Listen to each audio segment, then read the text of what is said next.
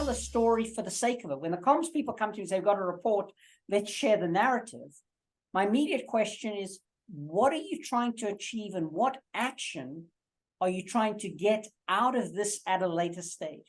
And so the focus on the therefore gives you a laser focus on what are you trying to do differently? What are you trying to motivate people to do differently? This is not a PhD that just talks generically about what's going on. This is not a chat over a cup of tea or a beer. Okay, we're trying to get some sort of action. And so the focus to build onto the therefore is what I see as important. And to me, it's not, in fact, it's almost secondary a narrative. It's the strategic intent to drive the action, of which the narrative is one of the tools that we do, and the framework helps us do that.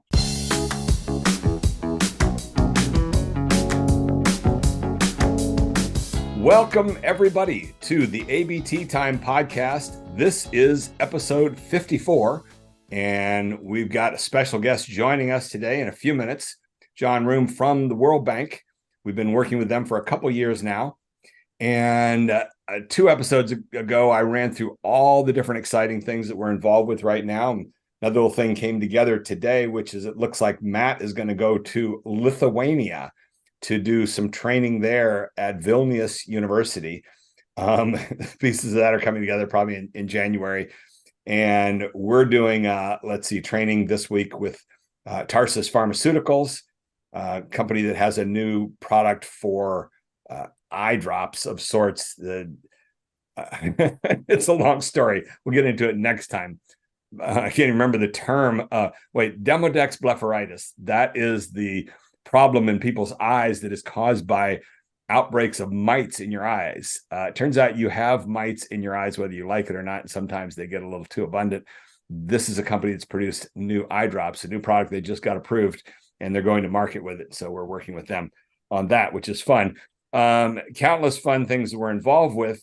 But today we are here to work, to focus on some of the work we've done with World Bank, which is an organization that's intrigued me for a number of years. And anyone who's taken the course knows the story that I tell about the plague of Anne's, kind of semi-debacle that happened in 2017, where there was a study done from Stanford University's literary lab, where they looked at the annual reports of the World Bank, going back all the way to 1946, when the World Bank was first formed after World War II.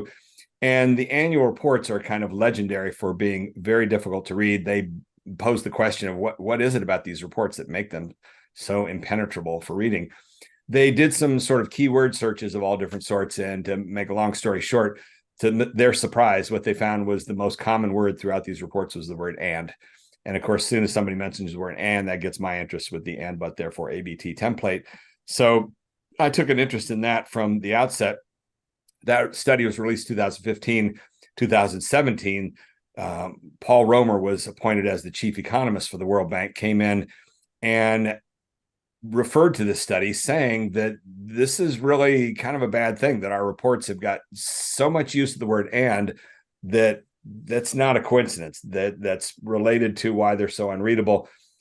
It turns out that there's an optimal level for the word "and," which is 2.5% of all the words in your document. If you've got a really well-edited document, we talk about this in the course a lot, there is this optimum. You should be able to, and everybody can do this, just count the total number of words in your document with a word processor. It does that for you automatically. Then just search the word "and" with a blank on either side, so you're not getting 3 letters inside of some other word. And what you want that ratio to be is 2.5% of all your total words should be the word "and." If it's much above that, you're getting into the world of being boring. You're just becoming more and more non-narrative. So that has fascinated me from the outset and got me deeper involved in the World Bank. And then right about the time I was intrigued with that whole story, about 2 years ago, I got a great email from a fellow named Joseph Mugabe, who's one of the program directors with the World Bank in Africa. And he did this very charming thing, which is he sent me an email that was structured as an ABT. He said, I've read most of your books and watched your videos, and I think what the ABT is really great and powerful, but I'm convinced we're never going to really get it down here at the World Bank unless we bring you in to work with us in person. Therefore, would you be up for coming and joining us in September last year in Nepal at a retreat that they were doing. Actually, it was 2 different retreats within a single week. So the first retreat was about 30 people, and the second one was another 30 people. And I went there and had just a spectacular time. The first one was in a lodge up in the Himalayas with incredible view. The second one was down the lowlands at the Gokarna Forest Resort, which I'm wearing the shirt right now that I had to purchase in order to be able to play golf on their golf course. They have one of the best golf courses in all of Asia. And met all kinds of wonderful people with the World Bank and began what's turned into a really productive partnership we had with them. We've run the course a couple times with them and done some ABT training and things like that. And it turns out that it's really a good collaboration. They are able to make use of the ABT framework. So that's all great. And one of the best people that I've gotten to know through this is John Roome, who was in that first round of the resort. And he is our guest today joining us. And I'm going to have him join us for one big reason more than anything else, which was that he did a couple of days of the workshop with us. And then he took off from there and began using the ABT in a series of short videos that he's produced when he's done site visits throughout Asia. And we're going to get into detail talking about that. Really fun. But let's begin by getting to know John a little bit. So John, if you can activate your microphone and video, and let's start a little conversation here, beginning with what's your background? You went to Oxford, among other places. You want to fill us in from day one? You grew up in the UK? Hi, Randy. Great to be here. Actually, I grew up in South Africa. I did my undergraduate. I was a would-be actuary at one stage, and I went to Oxford, did graduate work on management studies. And I'd always wanted. What part of South Africa did you grow up in? From Cape Town. The only place. Yeah. Wow. Did you get to know a lot of? Isn't there an awful lot of nature around there? A lot of amazing. Yeah, a lot of hiking. Yeah. A lot of beaches. Greatest biodiversity density anywhere in the world is on Table Mountain. Yeah. Interesting. Okay. And so from there, then you did undergraduate basically in South Africa? I did undergraduate in South Africa. Then for a long, complicated set of reasons, I ended up in the UK and did graduate work in econometrics and in management studies. And I found a way to bring together 2 things. One was sort of this academic focus on more management, technical kinds of stuff, with a sort of a desire to address poverty and inequality around the world. And so I started focusing on the management of development projects and eventually joined the World Bank in 1989. Okay, let me take one little side diversion, going back to that retreat there in Nepal. And correct me if I'm wrong about this, but I left the U.S. to go over there for a week, and everybody in the U.S., driven by our insane media-driven society here, is convinced that we're on the brink of the end of the world. And I found the discussions with the people there. I don't know if you remember, we had that video connection from the guy from the UK who had a book about world poverty. And it seemed to be the message of his talk was, when you look around the world, there's actually an awful lot of progress that's been made combating world poverty, with the exception of sub-Sahara Africa. But all these other regions, there's been really significant progress. And the overall tone of what I got from him was so much more constructive than what you get on a daily basis in the US. Am I correct in that assessment? Yeah, more or less. I think that there has been very significant progress in reducing poverty throughout the world, including in Africa, although most of it has been driven in Asia. But there's still a huge amount to be done, not only in continuing to deepen the access to services and reducing poverty, and also to address some of the climate and sustainability issues going forward. So, there's our first ABT structure, what you just said there, basically. There's been a lot of progress made.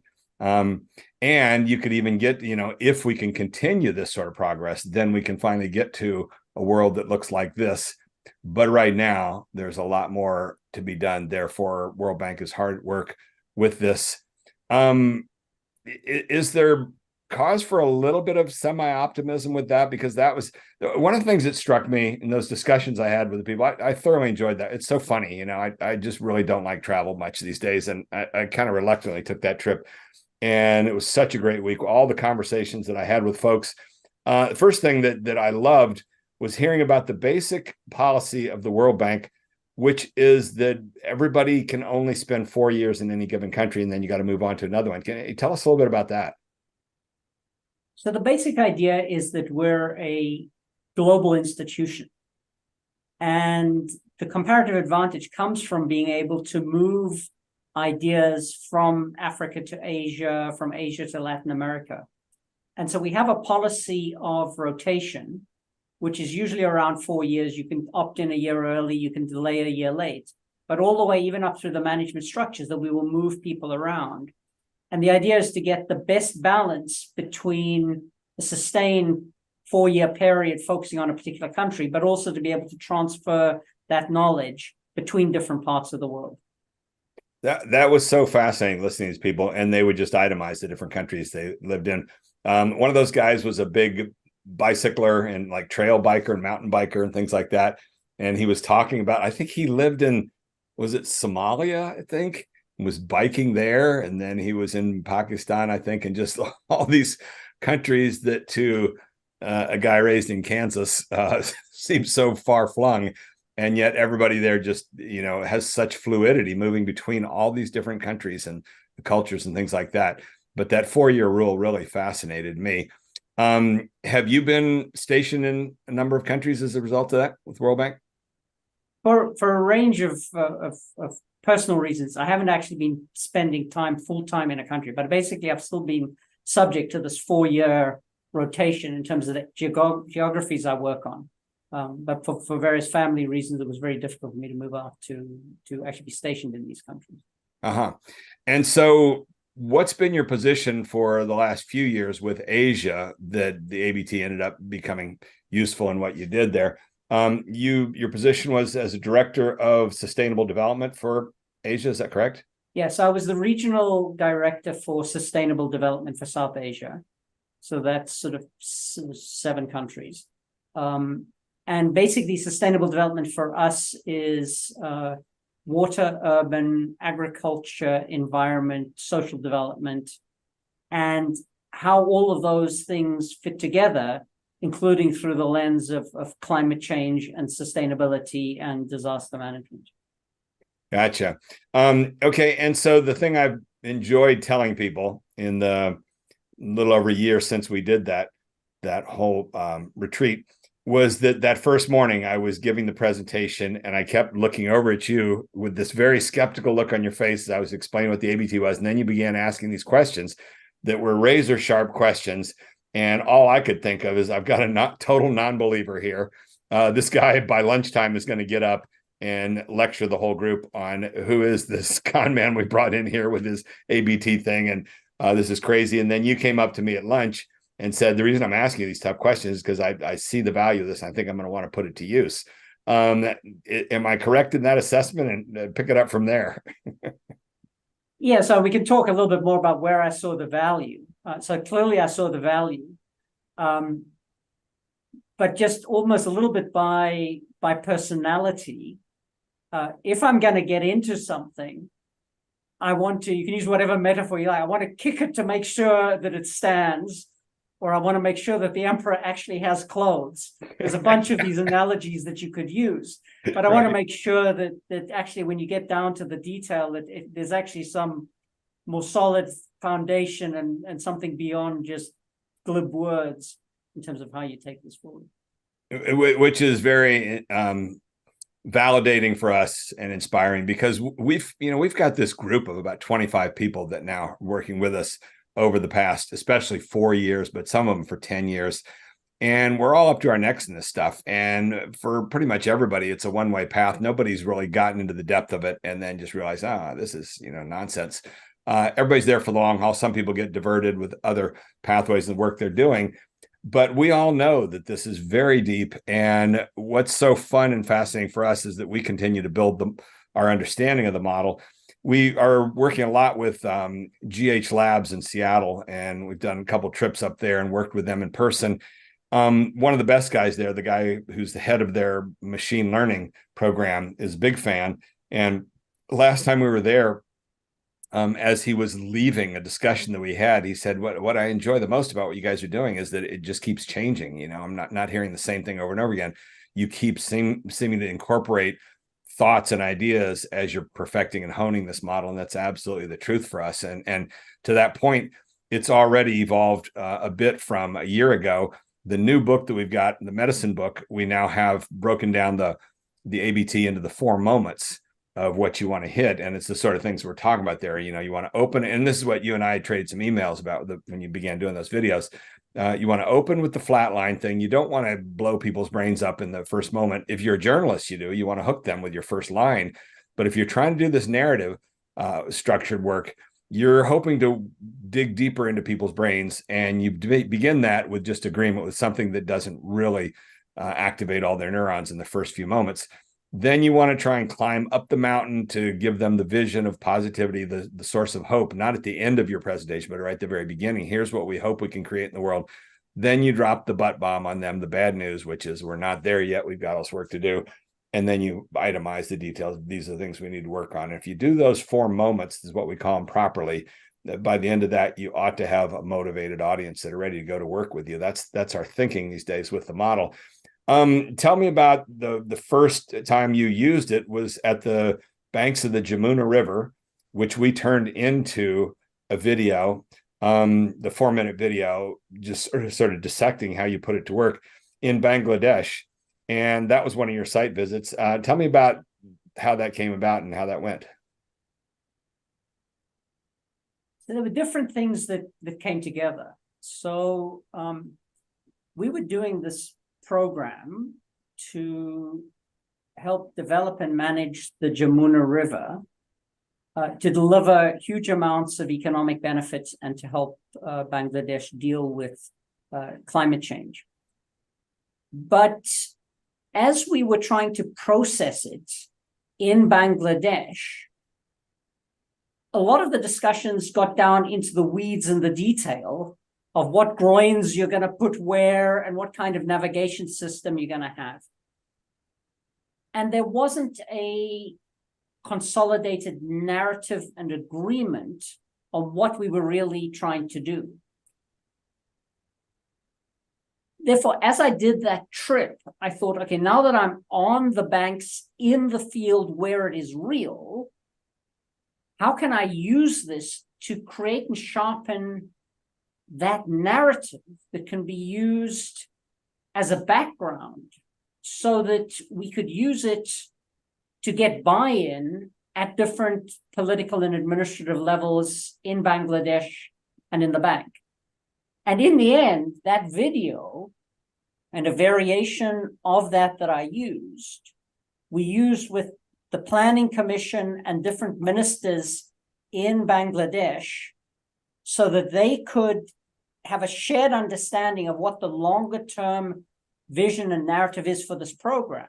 And then internally within the bank for a program that in the 3 phases is going to be many billions of dollars, we have an operations committee, a very senior level operations committee that has to authorize this. And so going into that operations committee internally within the bank, I could use that video to try and establish the longer term narrative of what we're trying to do that could get that buy-in that would then allow our technical teams to get on with the detail and the authorizations that they needed in order to do. Yeah, that is so good. Do you find yourself in discussions where you're getting it down to people? So let's, if this is not the but, what is the but? Or if this is not the therefore? I mean, the analytical elements of being able to use that in focusing a discussion. Have you found that value in that, being able to say, let's agree on what our therefore is? So, yeah, and that's actually where I see the power of the ABT and what I've tried to use it for. So there is a communications element and tell a good story and narrative. But what I'm always after is how do you build in a bias towards action? So what do you have to do differently? Okay, either in the work that we do, or in the now. You don't tell a story for the sake of it. When the comms people come to you and say, "We've got a report, let's share the narrative," my immediate question is, what are you trying to achieve and what action are you trying to get out of this at a later stage? And so the focus on the therefore gives you a laser focus on what are you trying to do differently? What are you trying to motivate people to do differently? This is not a PhD that just talks generically about what's going on. This is not a chat over a cup of tea or a beer. Okay, we're trying to get some sort of action. And so the focus to build onto the therefore is what I see as important. And to me, it's not, in fact, it's almost secondary a narrative. It's the strategic intent to drive the action, of which the narrative is one of the tools that we do, and the framework helps us do that. Unbelievable. Okay, ladies and gentlemen, I promise you this was not scripted in advance, but at this point, why don't we activate both Matt and Devo? Join us. Matt, would you mind giving us a brief regurgitation of the discussion that we just had an hour ago? What are the chances? What are the chances, John? So an hour ago, we were finally pushing Randy. Randy, what is the one thing that we're trying to get our clients to be able to do? What's the end result that we want them to be able to achieve and the people they're talking to? And after pushing and pushing and pushing, Randy finally said, action. Getting the people that they're talking to finally be motivated to take action, not to just feel good about something, not to just be like, oh, that's interesting, but to actually physically do. So that's incredible. I think you said specifically, I don't intend to get them thinking. I want to change the way they think about this. No, in fact, I quoted it. I wrote it down. The only acceptable success indicator for your narrative is action on the part of the audience. That's it. That's incredible. And then you just said the exact same thing. Exactly. One of the anecdotes I was sharing with them was, Gee-minis, 35 years ago, I took this course at this film lab place on creating instructional videos. And the instructor had said to us at the beginning, when you make one of these videos, you need to begin at the end, which is when somebody finishes watching this 15-minute video you've got, what is the action that you're hoping that they will do? And it's not a valid answer to say, well, I'm hoping that they'll look at the world differently and they'll have some new insights and thoughts. No, that's not action. If this is a video about political action, political movement, you want the people to finish the video and go out the door and pick up a brick and throw it through a window next door or something like that. Actual physical action. And that's such a conundrum with academics, because academics really do think that intellectual enlightenment is action, and it just isn't in the real world. It's just really got to be physical manifestations, exactly what you're talking about. That is so. Can you tell us more about that? Have you got any lifelong frustrations at times is seeing that? And Matt, don't go away. We're in discussion. Both of you guys, go ahead and stay with us from here on out. We're going to make this a group discussion. More thoughts about that throughout your career of frustrations of watching people spin their wheels and talk too much without action? So there's history and there's right now. And so on the right now, there is a lot of discussion internationally about climate change. And there are a lot of voices out there that very rightly tell us we're seeing all of these problems with climate change. It's only going to get worse. And there's a lot of people out there that talk about what the potential win-wins are. If we do things better, we can grow and address climate change at the same time. So those win-wins are clear. And you can pull out, and some people have done it, a list of all of the reports that have been brought out before this next climate event that explain all of this background. But the reality is we've got 10 years to take action on this. We can debate whether you're going to be net zero by 2050 or 2060 or 2070. Okay, you can debate whether you're going to use carbon capture and storage, and you can tell all of these stories. The reality is it has to be translated into action over the next 10 years. And so all of this discussion has got to somehow translate it. And my frustration is that we're not seeing enough of it. And so that's where I'm trying to push the bank into that space for action. That action is difficult. It's easier to do the diagnostic. It's easier to do the analytics because the action is often much more than technical. It's political economy. There are winners and losers. There's bureaucracy, there's bureaucratic inertia. And so if you have to address that, you need to get a whole lot of people on board around the action. And so that's why so if you go through a lot of those narratives, whether it's about the floods in Pakistan, what are we actually doing to make these people more resilient? If you're talking about building nature-based solutions in the Sundarbans in Bangladesh to stop the impact of the tides and monsoons coming in, you've got to create this bias towards action to actually address this stuff, but in a way that captures people's intent and emotion. You've got to talk a little bit to the heart as well as to the head. It can't just be an analytic piece. And so I think building this narrative that has this connection to a story where people can collect more emotionally and not just intellectually, and combine that with the bias towards action, I think that's what will push us in the right direction. Okay, I'm going to do something obnoxious now, which is what I do at times. But two little anecdotes to share. First of which was, what was it, like 12 years ago? I spent 2 weeks in Tromsø, Norway, for a bunch of events they brought me over there for, and one of which was what was it called, the Nordic Science Communicators Convention or something, like 500 people, and I was on this panel, and with 3 or 4 of these Nordic experts on communication. And we got to the end of the panel, and I said, this is such a great panel, but I do have to take exception with this one thing the guy next to me said. And I looked up, and the whole crowd of 500 people was staring at me horrified. And later at the reception, somebody pulled me aside and said, here in Scandinavia, we have a basic practice that when you're on a panel, you always agree with the other panelists. If you want to have a disagreement, that's called a debate. We'll do a separate event for that. But for panels, it's a basic ethic that you agree with the panelists.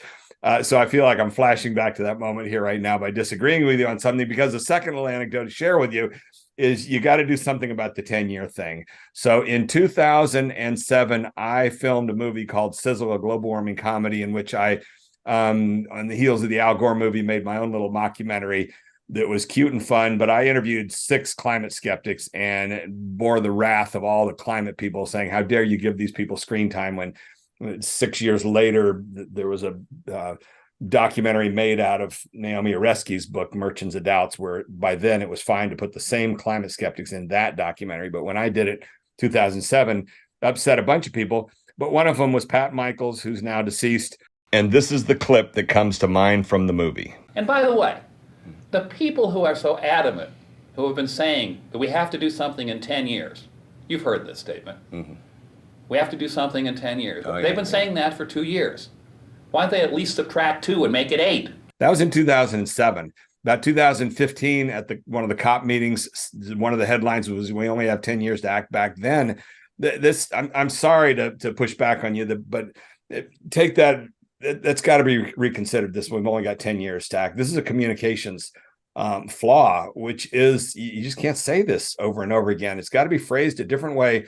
The whole climate world, if there was any true leadership in this climate issue, somebody at the top would pull people together and say, let's rethink this. We've only got 10 years to act, because this is 16 years now of saying it over and over again. It's just the wrong way to create urgency. But that said, getting back to this need for action rather than talk has been, to some extent, I think that's why Greta Thunberg kind of quit the whole climate movement at that last COP meeting they had in Scotland. She did a press conference and said, I've had enough of these people. All they're doing is blah, blah, blah, blah, blah.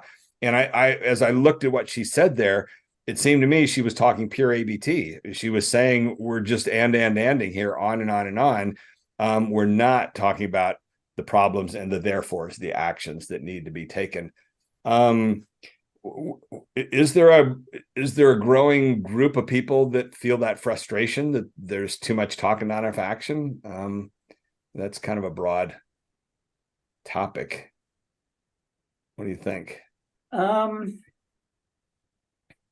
What happens with you when you talk in those terms? People agree with you, or like, yeah, we should go think about that. no, I think it depends who you're talking to, obviously. And so I don't know what the broad trends are, but I think there is a growing group of people that I think recognize that short-term action is what's important. Mhm. They're not always able to deliver on it. So if you're an academic, or if you're in a think tank, or if you're Greta Thunberg, you can lament the lack of action, but your levers to actually do anything about that is pretty limited. The action drivers are going to be in the political sphere, the administrative sphere, the financial sphere, the business community sphere. And so working through how you can get that community to get on with it. And maybe we don't need quite so much 60,000 people turning up at climate conferences and smaller groups Yeah. that actually work on what we're going to deliver. And it's interesting, your comment on the 10 years. I think now that I think about it, it's not so much that we only have 10 years to act. It's that if you want to motivate people to take action, most people are only focused on 2, 3, 5, at an absolute stretch, 10 years. Most people don't think about the action 15 years. Okay, a politician can make whatever commitments they like for 15 years. Right. Most people don't have 15 years. It's 3 to 5 years is the manageable time frame that you can do. So rolling 3 to 5 year time frames is what's necessary, because beyond that, it's aspiration, it's not action. Well, isn't that the truth? And I hate to say it, but you know, my crazy little film Sizzle in 2007, one of the other climate skeptics I interviewed in there was Fred Singer, who became kind of the godfather of the whole climate skeptic movement. He's passed away as well, I think, but he also ended up in that Merchants of Doubt film. And one of the things he said there I thought was just priceless was he talked about people love models and they love numbers and things like that. And he said, I got hired by a big corporation to give them a model that would predict the price of oil in the year 2050. And he said, they gave me a pile of money. I gave them their model. They loved the model. I loved the money. Everybody was happy. And he said, I knew it had no meaning. What you can't predict something for 2050, namely the price of oil. And yet people are willing to buy into that sort of stuff with their belief in metrics and just give us a model and all that kind of on and on. And exactly what you're saying, the timeline needs to be on much shorter increments like that, and just showing progress and movement in what it is we're trying to do. God, you probably don't want to talk about this, but can you talk at all about the efficiency level of the World Bank? I've got split emotions on that. The thing I was talking about, the whole study of the plague of ANDs in the World Bank reports and the World Bank, you know, I think when you look at that proliferation of ANDs in that study, they showed that in 1946, those annual reports were actually written very efficiently. They had good, strong ABT structure, and the AND frequency was right there at 2.5%. It was optimal. But over the years, as the World Bank got bigger and bigger and bigger, and what is it, like 15,000 employees now in 180 countries is, you know, monstrosity. And it's kind of legendary for that sluggishness and inefficiency. So I've got that set of opinions based on all that sort of studying that I've done. And then I go and spend that week there in those resorts and met what I felt were a lot of really cool, sharp people that are doing a lot of really good work. And I've just got these two visions now of the World Bank. Which one should I pay more attention or more heed to? What do you think? Or you don't want to go on the record? No, we can talk about it. We probably need a couple of beers and a good few hours to talk it through. But I do have a few quick reactions. So the one is, I can see why you use that study of the annual reports and the ANDs, and it helps you make a good point. And there is an element of truth to that. Mm-hmm. But that's not what the bank does. That's an annual report. Yeah. Okay, what really matters is what our teams on the ground do. Okay, so my team last year delivered over $5 billion, just my team in South Asia, over $5 billion of new lending, about 25 new projects. There was $25 billion of lending under implementation. We dispersed about 20% of that money in the year. And there's a whole bunch of things that got done on the ground as a result of that. And that's what the bank does, and that's what's important. Okay, it's not to say we need to do better, we shouldn't do better on the reports. So that's issue number one. There's two different things that go on. Second thing that relates to that is that I think the bank does a lot of good things and has done a lot of good things on the ground. But we haven't done a good enough job of telling the stories of what that is. Yeah. Okay, in real concrete terms that don't get lost in that annual report is supposed to tell the stories. Right. But it doesn't. Okay, Yes. and we haven't done as good. Well, and that's my point with that study of the annual reports was I think that in 1946, when it first began, it was probably just a few individuals that were told, you know, we need you to write up what we did last year. And because it was a small group, they were able to tell a story about last year. You know, here's basically what we did. Over the years, it's turned into this conglomeration. The lead author of the two guys that did that study, I ended up having a half-hour phone call with him. He had since retired, moved to Switzerland, but a great guy. Had a lot of good laughs in that conversation. He didn't understand anything to do with narrative structure and ABT. He didn't understand when I tried to explain to him the and is a fundamental part of agreement, yada, yada. He said, we looked at that word and what we saw and as was more of a word of diplomacy, which was in order to take all these different paragraphs that people had sent in to be put in this report, some of which contradicted each other.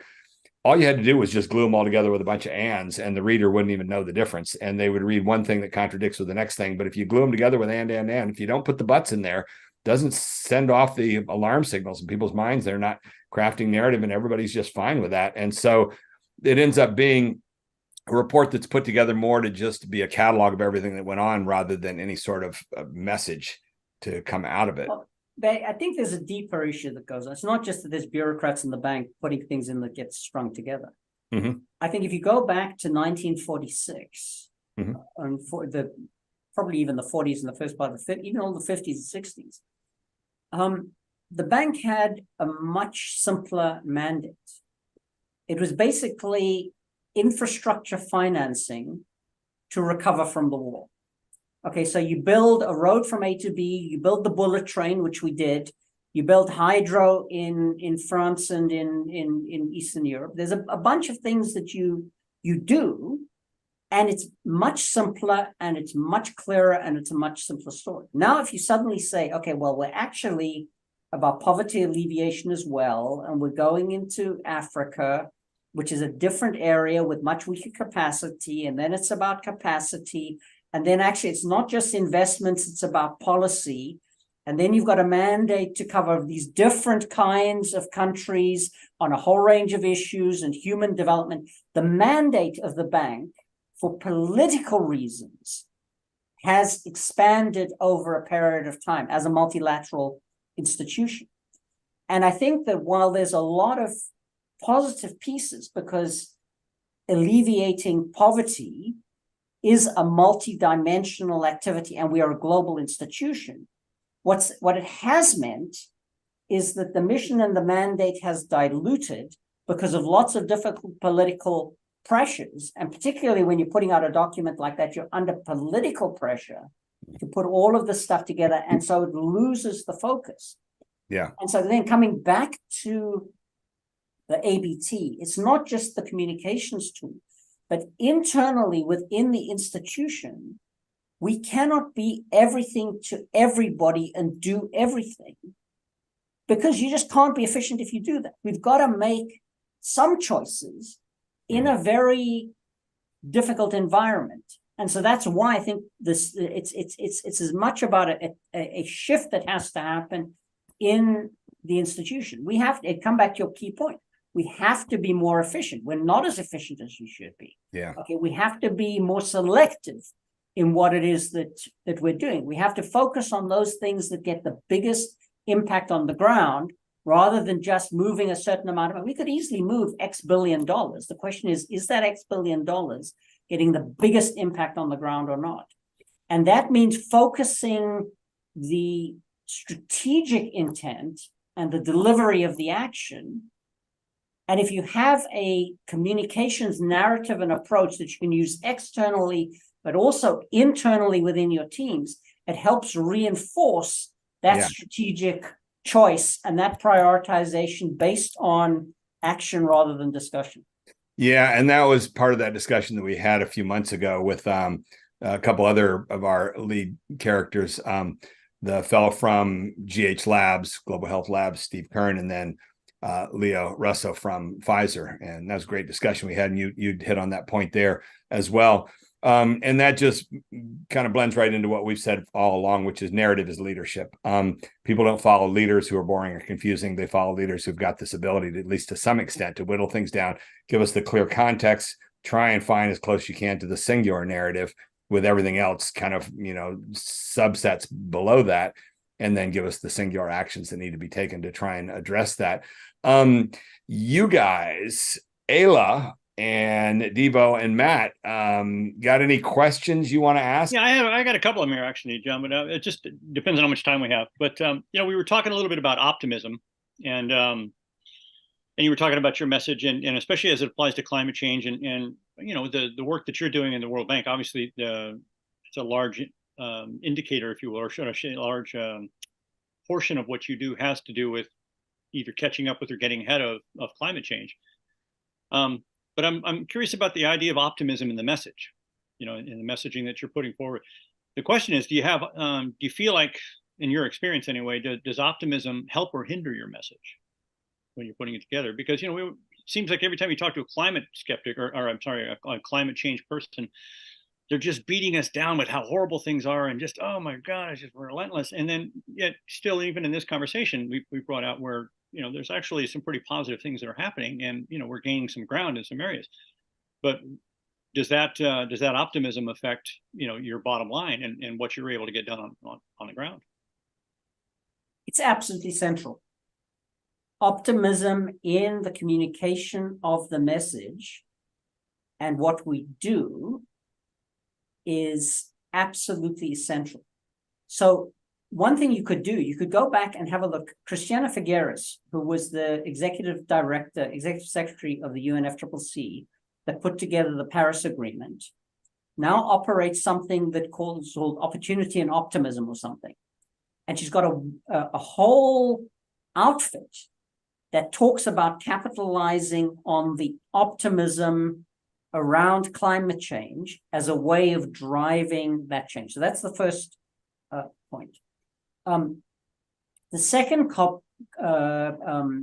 concept that I like is that for a while I was a corporate strategy consultant, and we talked about the concept of consultants selling courage. So in the end, if you want to have action take place, leaders have to step forward and take that action. And there's going to be lots of naysayers and everything else. And they need the courage to do that. And one of the ways that you can build that courage is around optimism for the future, which basically, to my mind, has two pieces. One is there is an attractive world out there that you can get in. This is about the win-wins. Renewable energy is cheaper than fossil fuels. Energy efficiency gives you a win-win. Okay, if you deal with with resilience, people are better off. So there's a better world out there. And the second piece of it is, here's some examples of people who've done it. And when you put those two together, you have the basis of selling courage or building the courage that's necessary in order to take the action. And you have a sense that people, if you just tell them the bad stories, it deflates people and sets them out. It doesn't create energy for action. Okay, but the final point that I would make on this is something that one of my colleagues said about development work in general on the bank. And that is, you almost need to be a pathological optimist in order to move forward. Okay, you have to be able to be optimistic about the future, put things on the table and set a direction, and almost be pathological about believing that you can get there. It's not being reckless, but you have to keep driving this. There are lots of challenges out there, but the stakes are so big and people have been able to do stuff in the past, you need to build this pathological. Okay, so Because that's my job, by the way, here in that's my role in this company. Yeah, I was going to say, Devo, that's like your new corporate title, pathological optimist. But let me offer up three different perspectives here, because there's the age-old thing, which is that the world's falling apart and everybody needs to try and save things before they fall apart. And that's what the environmental movement fell into for decades there. One of the members of our group, one of the instructors in the course, Nancy Knowlton, who you probably caught her presentation, she is ocean conservation person and marine biologist over the ages. I've been buddies with her going way back when. And she and her husband, Jeremy Jackson, in the 2000s, began to get tired of what they called the obituaries for the oceans. They go to these meetings and everybody, one after another, these talks, and this thing's dead and this has gone extinct, this blah, blah, blah. And so they began a whole movement at the small scale there called Ocean Optimism. And they began a hashtag Ocean Optimism that became very popular very quickly. Then they jumped it up in 2016. The Smithsonian got involved and they scaled up this big event that I spoke at in DC that was called Earth Optimism. And that's turned into a whole big movement with them. That's nice. So we've got two approaches then. We've got the pure hell's going, or everything's going to pieces, the Chicken Little thing, the world's falling apart, we get to work. We've got number two, which is Earth Optimism. Let's focus on these success stories and blah, blah, blah, blah. What we're preaching with ABT is basically the yin yang. It's the two things. It's, yes, you want that optimism. It's got to be in the right place. That's the problem. This is the mistake the environmentalists make, is they talk about everything's falling to pieces, but there's still hope. It's too late at the end to throw in the hope and things. All you have to do is look at Martin Luther King Jr.'s I Have a Dream speech. The whole model is right there in the first big paragraph. He begins with the vision and the dream and says the Emancipation Proclamation was signed, and there's this vision of someday we're going to have this just society and everything will work out. And establishing that's the place there before you ever get into any problems. Just like a preacher, getting everybody buying into this big vision of exactly how do you see this world working. That's what's missing with so many of these people that are just, all the conspiracists and everything of today. They don't have a vision themselves. They just, they can go on and on with what's wrong. And so it's really incumbent to begin with the whole positivity thing before you ever touch the third rail of negativity, and then turn it on the word but. Then you've hopefully got everybody motivated enough. You're now ready to hear that things are not working. Here's where we got to go to work. And you've got an inspired audience. But getting that clarity across of not mixing up the elements, because this is what goes on when you look at a lot of these speeches and a lot of communication, is it's just a hodgepodge. Okay, we got this, we got that, we got this, we got that. And after a while, if you keep bouncing back and forth, the whole signal just flatlines out. You're not getting anything across. It's about trying to go one big direction and then turn it into the other one. And so that's a lot of what we're pushing for and arguing for, is almost elements of simplicity with that. Matt, did you have, we're getting near the end here, but you got a question you wanted to ask? Yes, it's a question, and by asking it, I hope you suddenly don't become self-conscious and stop doing this. I was listening to like every single answer you gave for Randy today to his questions. Every single one had such great narrative structure, even right down to like the 3 words, and, but, therefore. I think like the very last one that you had, you didn't say the word but you still at the right moment, at the exact right moment, you introduced one element of contradiction and then got right to the consequence. Did you just do that for us? Were you just placating us? Yeah, exactly. So my question is, how is this just part of who you are? Is this something you had to practice at, or is this just kind of natural to you now? Like where's this coming from? Because you were just, it seems like natural. It just seems to flow right out of you. And now I've made him self-conscious, so we won't be able to do it. No. It's a very good question. So probably what you'd like to hear, which is true, is that the ABT structure and practicing and forcing it is something you learn and you get better at it. So all of those videos that I did, okay, they'd be day-long trips.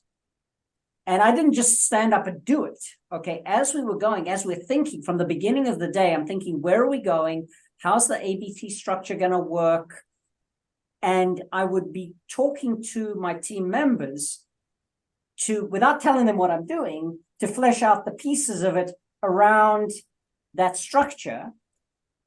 And over a period of time, that becomes, you get better at it. Okay. I find myself finding, again, maybe a piece you might not like so much. I think at times it's a little constraining to overdo it. And so I break with the exact but therefore, but try and keep more or less the structure, because it can sound a little forced at times. So you can keep the broad structure without.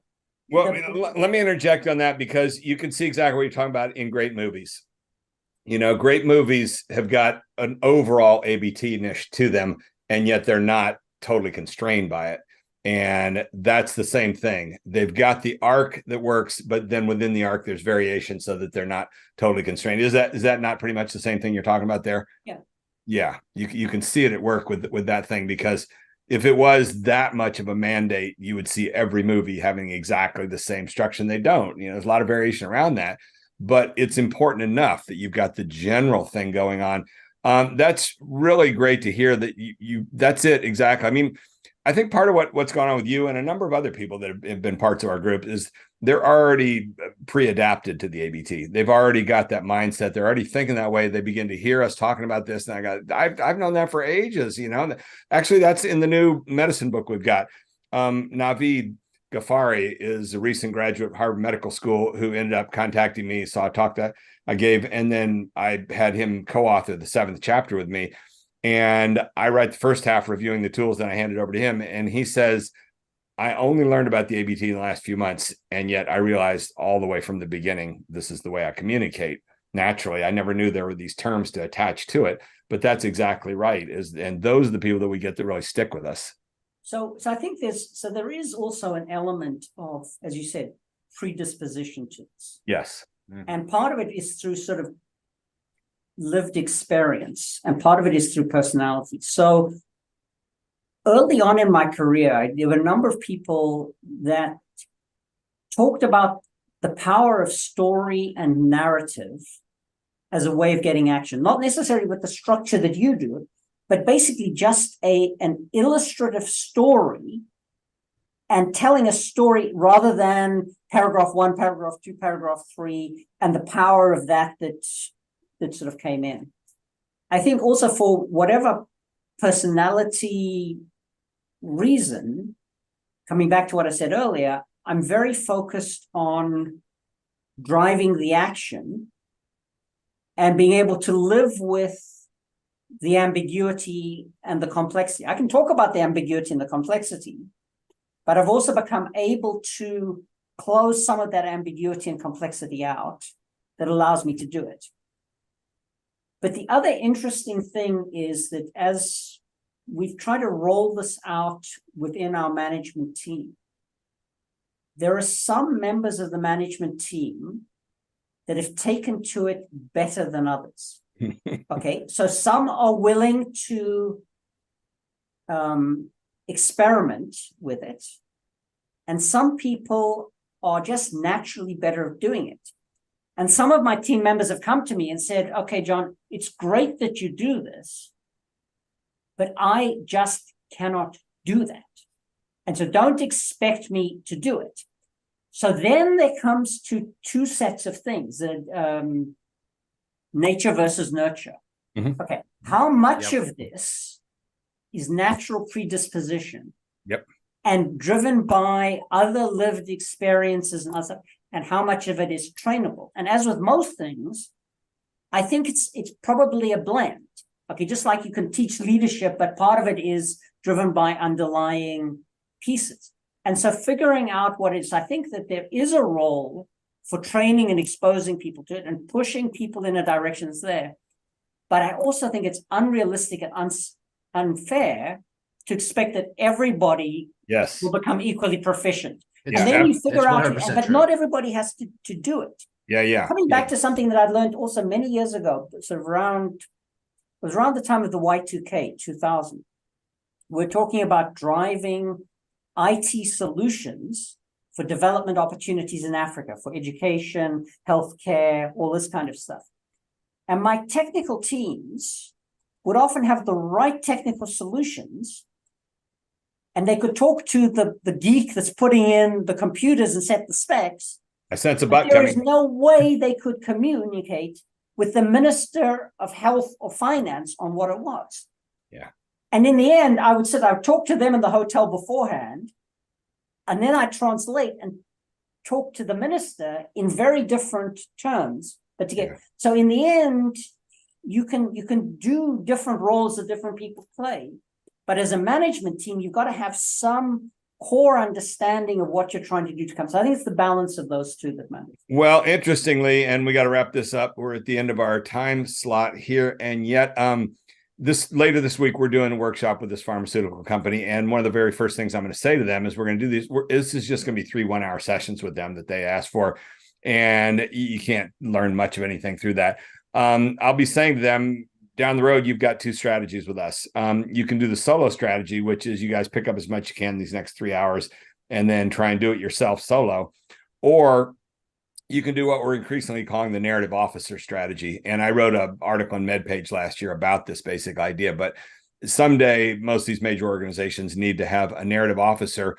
And that's the individual who, like yourself, who's got this deep, natural born aptitude for the narrative structure. And all you need from all the other people is that they run through the course and they learn the basic principles. And I'm almost suggesting that they sign off on a document of directability is what I might call it, meaning that they're willing to be directable. And this is what goes on in filmmaking with directors and actors. You know, you bring in actors to audition them, not to see great performances. You bring them in to find out if they're capable of being directed. You ask them to do this, do this, do this. And the good ones can listen to everything you say and they can try and do what you've asked them. The bad ones can't hear anything. And all they can give you is the same thing over and over and over again. It's maddening.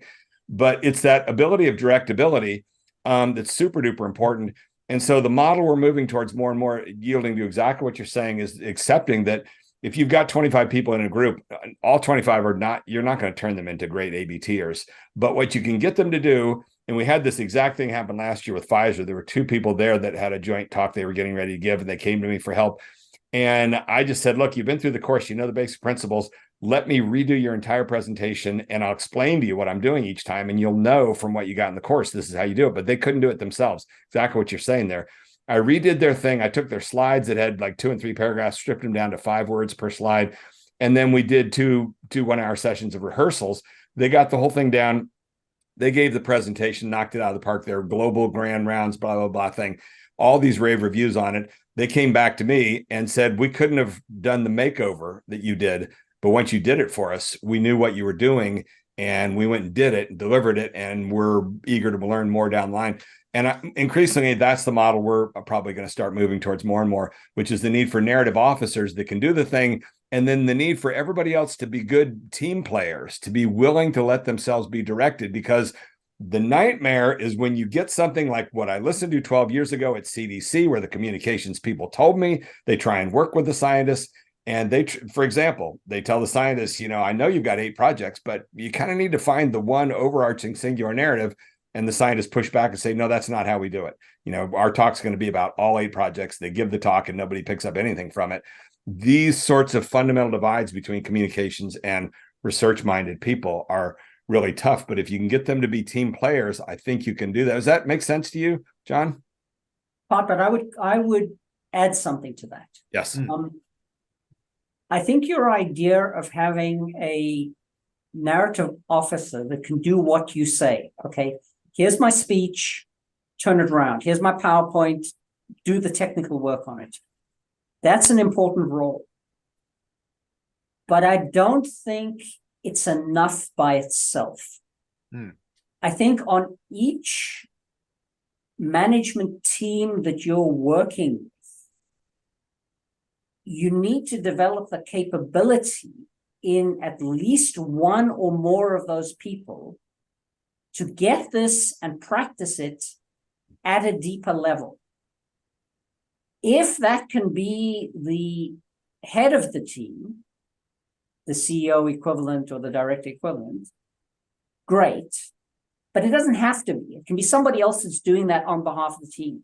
Right. Because unless you have that and an understanding of the basic principles that I talked about earlier, the bias towards action, the need to set this and create action, to set the thing that you're aiming for at the beginning, the need to make the simplicity choices, unless you can embody that in the culture and direction of that management team, your knowledge, your narrative officer is going to be an annoying add-on at the end. Yeah. And is going to be fighting forever and become the butt of all jokes. And so you've got to have it coming from a leadership function that's embedded in it's a little bit like you have HR officers that deal with some of your HR stuff. But in the end, your managers and your leaders need to embody the ownership of that HR function themselves. The buck stops with them. And so you've got, even if they can't deal with all the detail, they've got to at least have that, some sense of how to deal with that world. Yeah, exactly. And we got to wrap this up for our world. But the final thing I want to say to all the listeners is we'll have the link is on our website to, what is it, about a dozen or so of these videos that John's produced and all these different site visits throughout Asia, all of which have ABT form to them and show different stages of progression as we were working on this over the past year. And he would send me some of them and I would give him thoughts back and tweak them as they went along. But it's really a great case study in the power and effectiveness of this basic narrative structure in trying to communicate huge, complicated situations in 90 seconds to 2 minutes, something like that. They're so good. Thank you so much for doing those and just for being a trooper in all this and all the discussions that we've had. This is really, really fun. Hopefully we'll do another discussion with you sometime soon. But on that note, got any final words for us on where you're headed to and what you're got lined up for the new year for projects and things? No, so there's on a sort of a personal level, the bank is going through a whole bunch of changes of the new evolution roadmap and a new president. And so I'm currently engaged in discussions as to exactly what role I would play in that. I would have liked it to have come to a head much closer, but there's a sequencing of things that needs to happen. And so that's ongoing discussion. We'll see where that goes next. But it's a brave, exciting world, lots of things to do. So and you're based in DC mostly? Is yes, that right? I'm based in DC. All right. Hopefully I'd like to be based on the West Coast, but well, a little further north than where you are, but yeah. That's a good point. Well, hopefully I'll be there sometime in the new year. And so once again, thank you so much. This is great discussion. It's always great discussion with you. It's been a real treat. So we will check back in sometime soon. And thank you to you and your team for all the help that you've given us. It's really been very, very helpful. It's so fun for us. Yeah, it's really one of the great treats. So cool. All right. Thanks very much. Happy holidays. Talk to you all soon. And talk to everybody in the next episode of the ABT Time Podcast. Thanks. Bye. Bye.